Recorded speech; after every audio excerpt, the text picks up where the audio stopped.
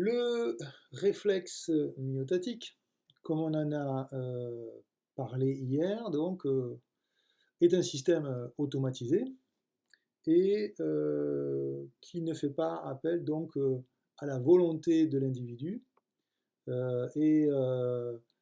Comme tout réflexe, lorsque la stimulation euh, est donc produite, alors la réponse, et ce sera la définition de réflexe que vous pouvez noter, la réponse donc de l'organe à cette stimulation est une réponse stéréotypée, dans le sens donc où elle a toujours la même séquence.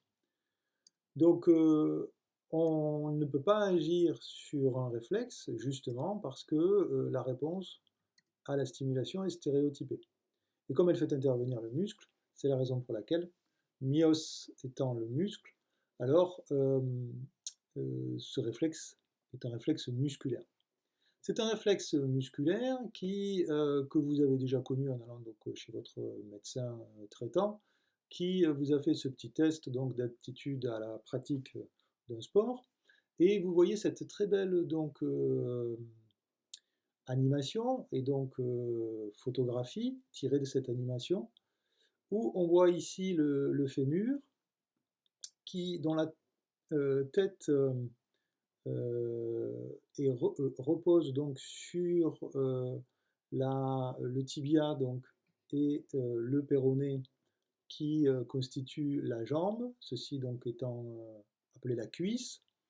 Et lorsque votre médecin percute votre genou, alors vous avez l'impression qu'il percute le genou, mais en fait il percute un tendon, donc dit rotulien puisque vous avez la rotule ici, et donc il fait bien attention de ne jamais percuter l'os, mais bien de percuter dessous.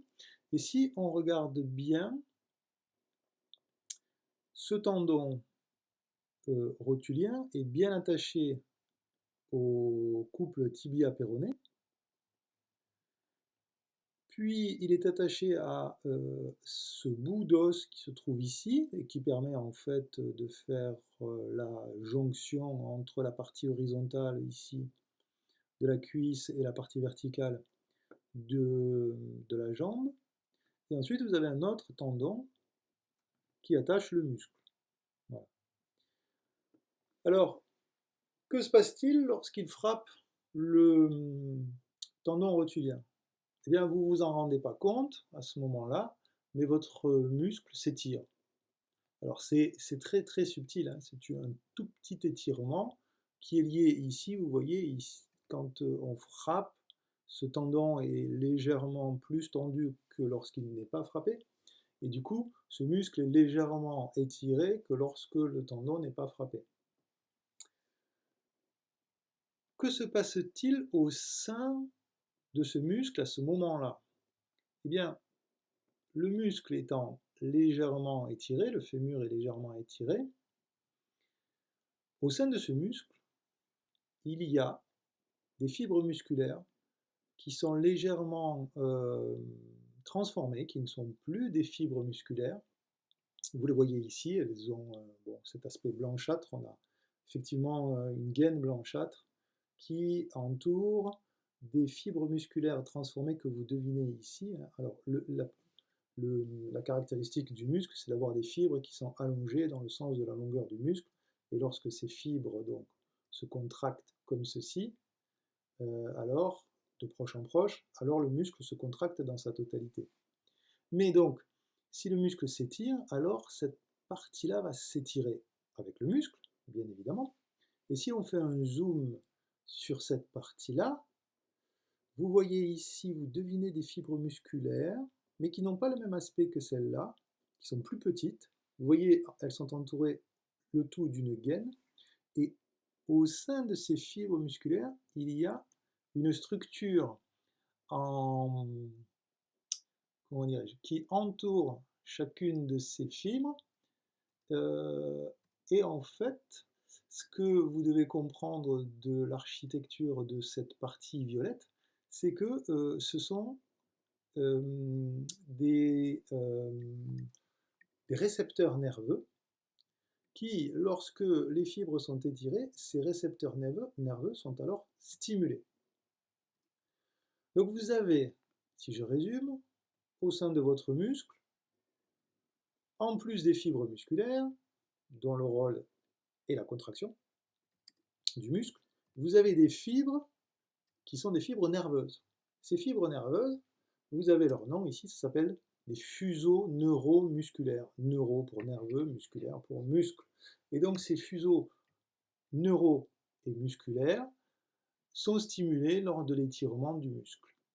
Cette stimulation ne reste pas sans réponse. En fait, cette stimulation que vous voyez ici donc de face, vous avez là la stimulation donc, du fuseau neuromusculaire qui débute.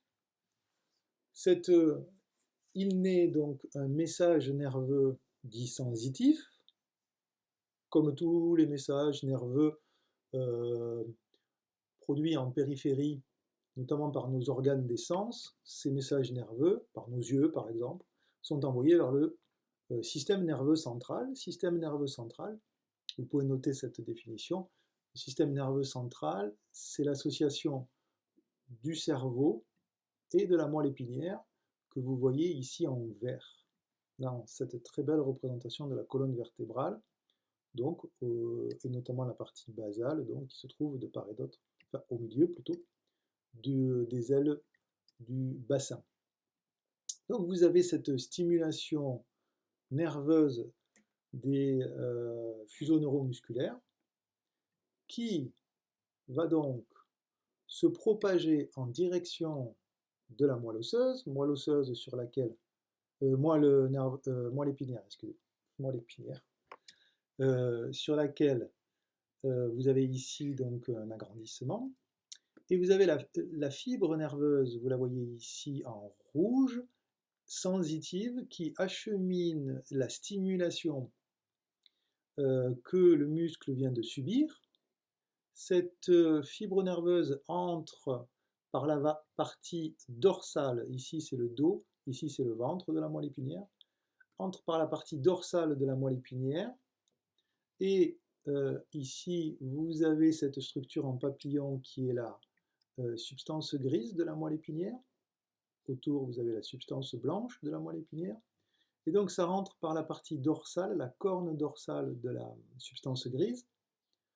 Et vous voyez que on passe d'une couleur rouge à une couleur jaune, ce qui signifie qu'en fait la fibre nerveuse sensitive apportant le message nerveux donc à la moelle épinière va s'arrêter ici et transmettre l'information de la stimulation qu'elle a connue à une autre fibre nerveuse que vous avez ici représentée en jaune.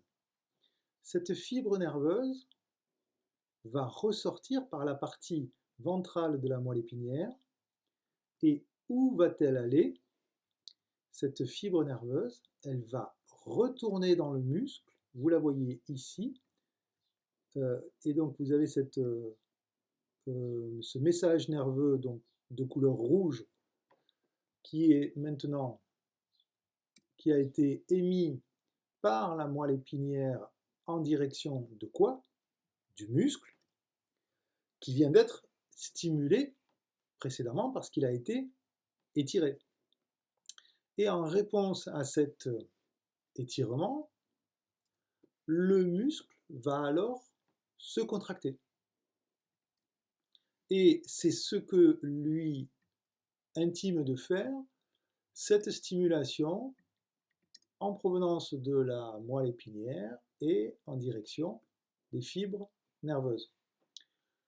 Des fibres musculaires, excusez-moi, du muscle là, donc du fémur. Et en réponse à l'arrivée de cette stimulation nerveuse depuis la moelle épinière, alors le muscle va se contracter. Autrement dit, ce que vous devez retenir, c'est que le réflexe myotatique est en fait une contraction du muscle en réponse à son étirement, réalisé ici de manière artificielle par la percussion du marteau du médecin. Mais dans l'exercice que je vous ai fait faire hier, lorsque je vous ai demandé de vous mettre debout et de ressentir ce qui se passe donc lorsque vous avez les yeux fermés et que votre corps oscille très légèrement autour de votre position d'équilibre. Donc je vous ai dit hier que c'était un équilibre dynamique et pas un équilibre statique. Pour quelle raison? Parce qu'en fait, lorsque votre corps a tendance à basculer légèrement en arrière, alors vos muscles s'étirent même si vous ne le sentez pas. Le fait d'aller en arrière, très légèrement, va entraîner un allongement minime de ce muscle. Et cet allongement minime de ce muscle va être alors suivi, sans que vous ne vous en aperceviez, par une contraction très subtile de ce muscle qui va ramener alors votre corps en avant.